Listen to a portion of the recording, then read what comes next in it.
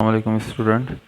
Now we are going to study about the laws of refraction. Laws of refraction.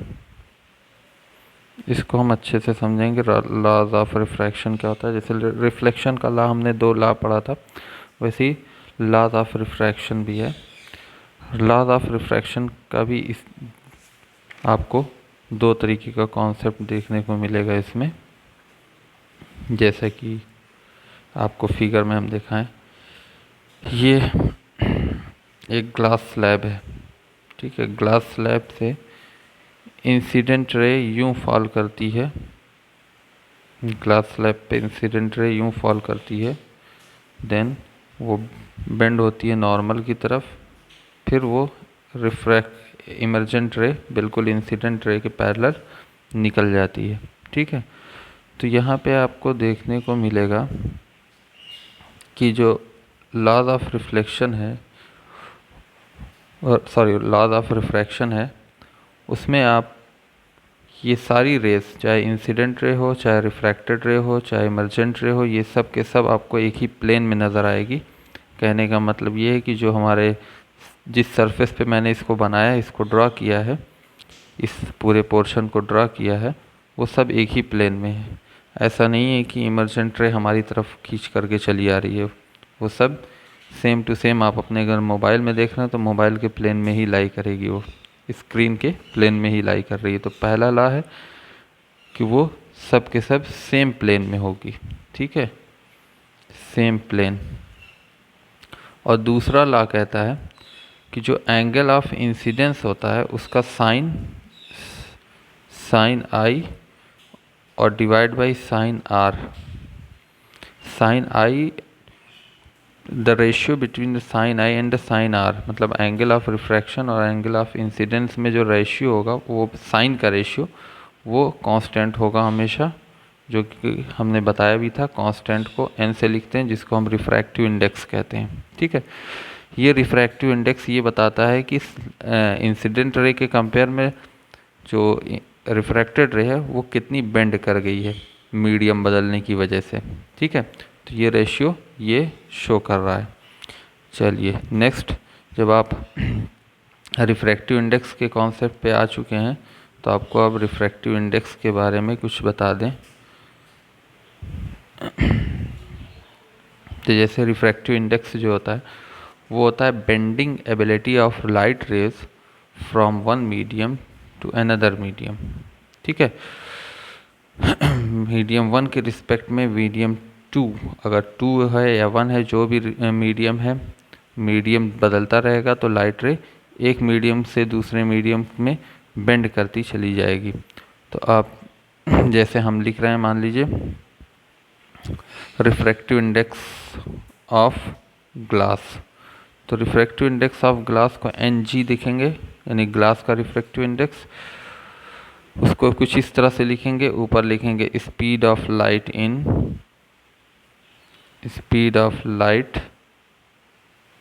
In vacuum या air, in air divide by speed of light in glass. ठीक है, तो इस तरह का ratio कुछ होगा. इसमें हमको स्पीड मालूम होती है, वो होती है 3 into 10 to the power 8 metre पर सेकेंड. ये स्पीड होती है लाइट की एयर में.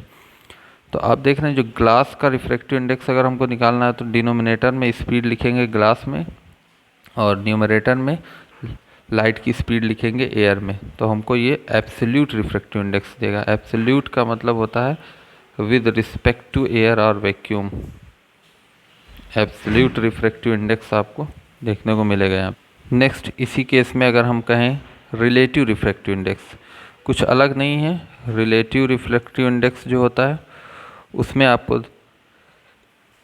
एयर को छोड़ करके बाकी कोई और मीडियम के रिस्पेक्ट में किसी मीडियम का अगर हम रिफ्रैक्टिव इंडेक्स निकालते हैं, तो उसको रिलेटिव रिफ्रैक्टिव इंडेक्स कहते हैं. जैसे मान लीजिए refractive index of glass with respect to water.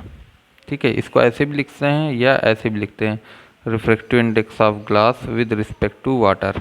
ठीक है, तो इस तरह से भी लिखते हैं।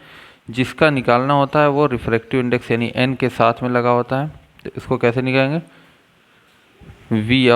v मतलब velocity of light in glass, ऊपर लिखेंगे velocity of light in water, water में लाइट की वेलोसिटी या स्पीड, और vg क्या है, जो ग्लास में लाइट की स्पीड होगी, वो उस तरह से लिखेंगे। तो ये इसको कहते हैं रिलेटिव रिफ्रैक्टिव इंडेक्स।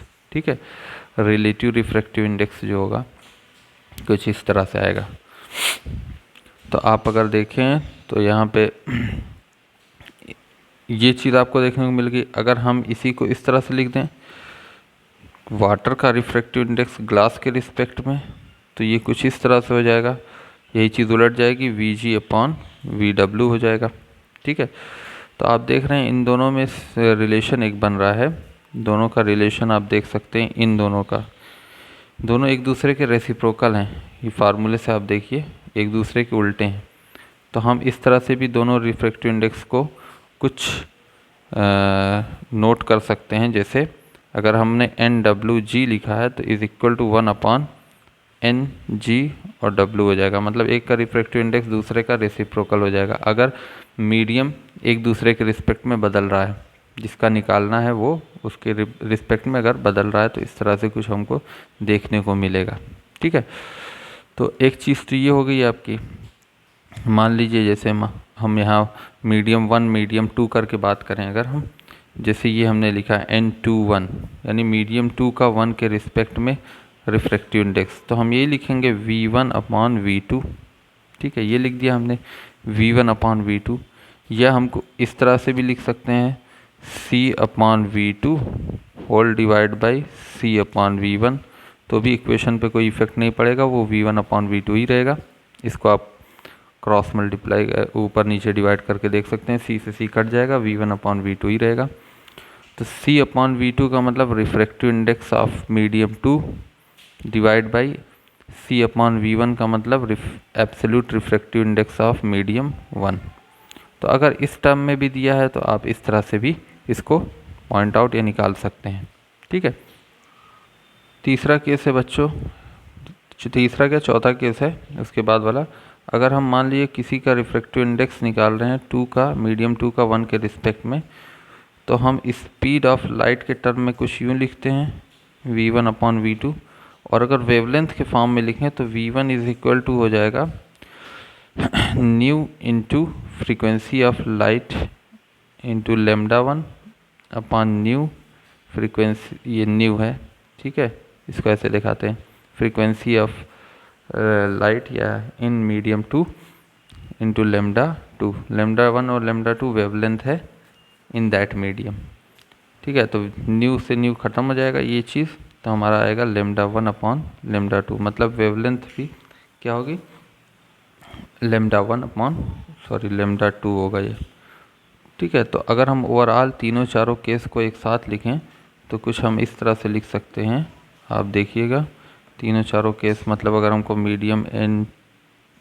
मीडियम 2 का 1 के रिस्पेक्ट में रिफ्रैक्टिव इंडेक्स निकालना है तो absolute refractive index of 2 divide by absolute refractive index of 1 is equal to हम लिख सकते हैं the velocity of light in medium 1 divide by velocity of light in medium 2 is equal to हम लिख सकते हैं the wavelength of light in medium 1 divide by wavelength of light in medium 2। So ये हो गया जो हमने केसेस बताए, वो सारा केस एक साथ लिख लेंगे हम इसको। अब जिस भी फॉर्म में दिया है हम उस फॉर्म में इसको कन्वर्ट कर सकते हैं।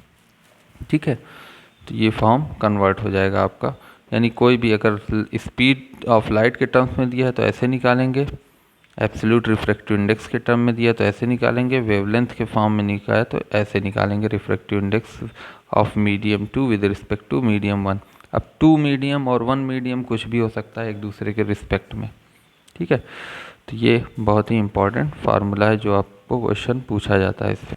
एक बहुत इंपॉर्टेंट रिलेशन आता है बच्चों कि जहाँ पे रिफ्रैक्शन नहीं हो रहा है। जैसे रिफ्रैक्शन कब नहीं होगा, रिफ्रैक्शन का मतलब बेंडिंग होती है लाइट की। अगर मान लीजिए आपकी इंसिडेंट रे बिल्कुल नॉर्मली फॉल कर रही हो, बिल्कुल नॉर्मली, ये तो नॉर्मल है, तो वो उसी पाथ से बिना बेंड हुए वो निकल जाएगी। ठीक है, सेम टू सेम पाथ से वो निकल जाएगी।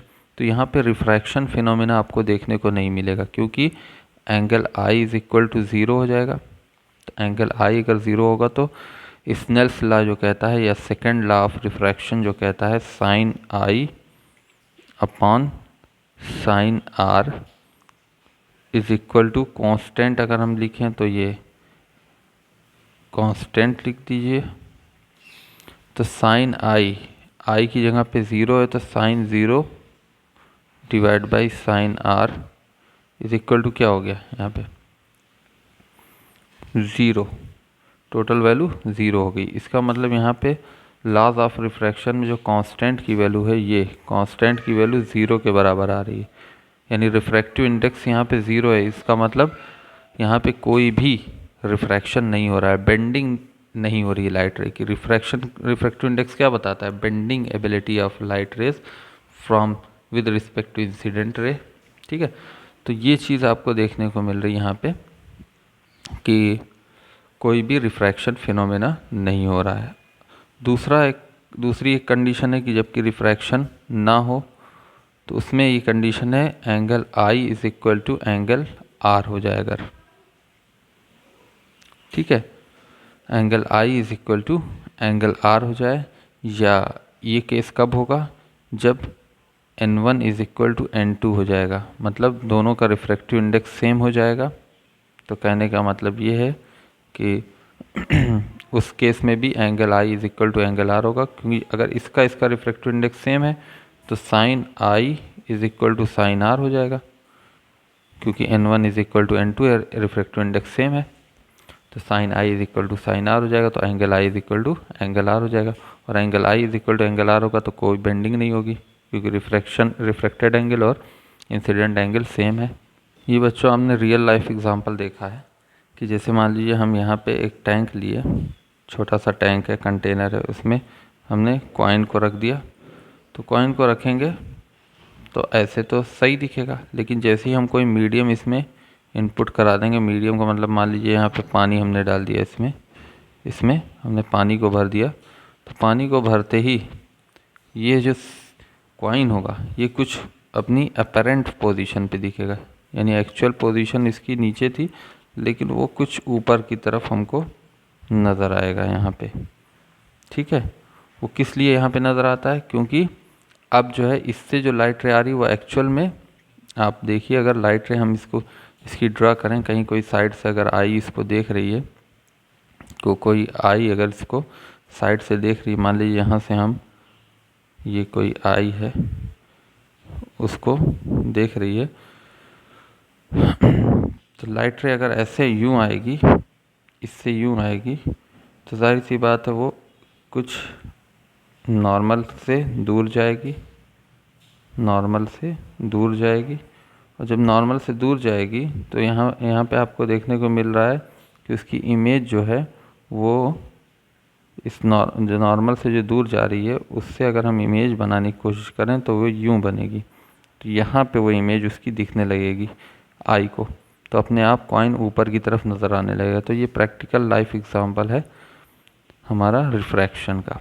ठीक है, नाउ एक न्यूमेरिकल इस पे सॉल्व करते हैं। जैसे है, the refractive index of a flint glass is 1.65। Glass का रिफ्रैक्टिव इंडेक्स दिया है 1.65। ठीक है, ये एब्सोल्यूट रिफ्रैक्टिव इंडेक्स है। What is the speed of light in glass, VG पूछ रहा है, जबकि दिया है speed of light in air. Air में यानी सी जो दिया है 3 × 10⁸ मीटर। तो ग्लास का रिफ्रैक्टिव इंडेक्स एयर के रिस्पेक्ट में हमको पता ही है क्या होता है, VA अपॉन VG। तो अगर हम यहाँ से VG निकालेंगे तो VA अपॉन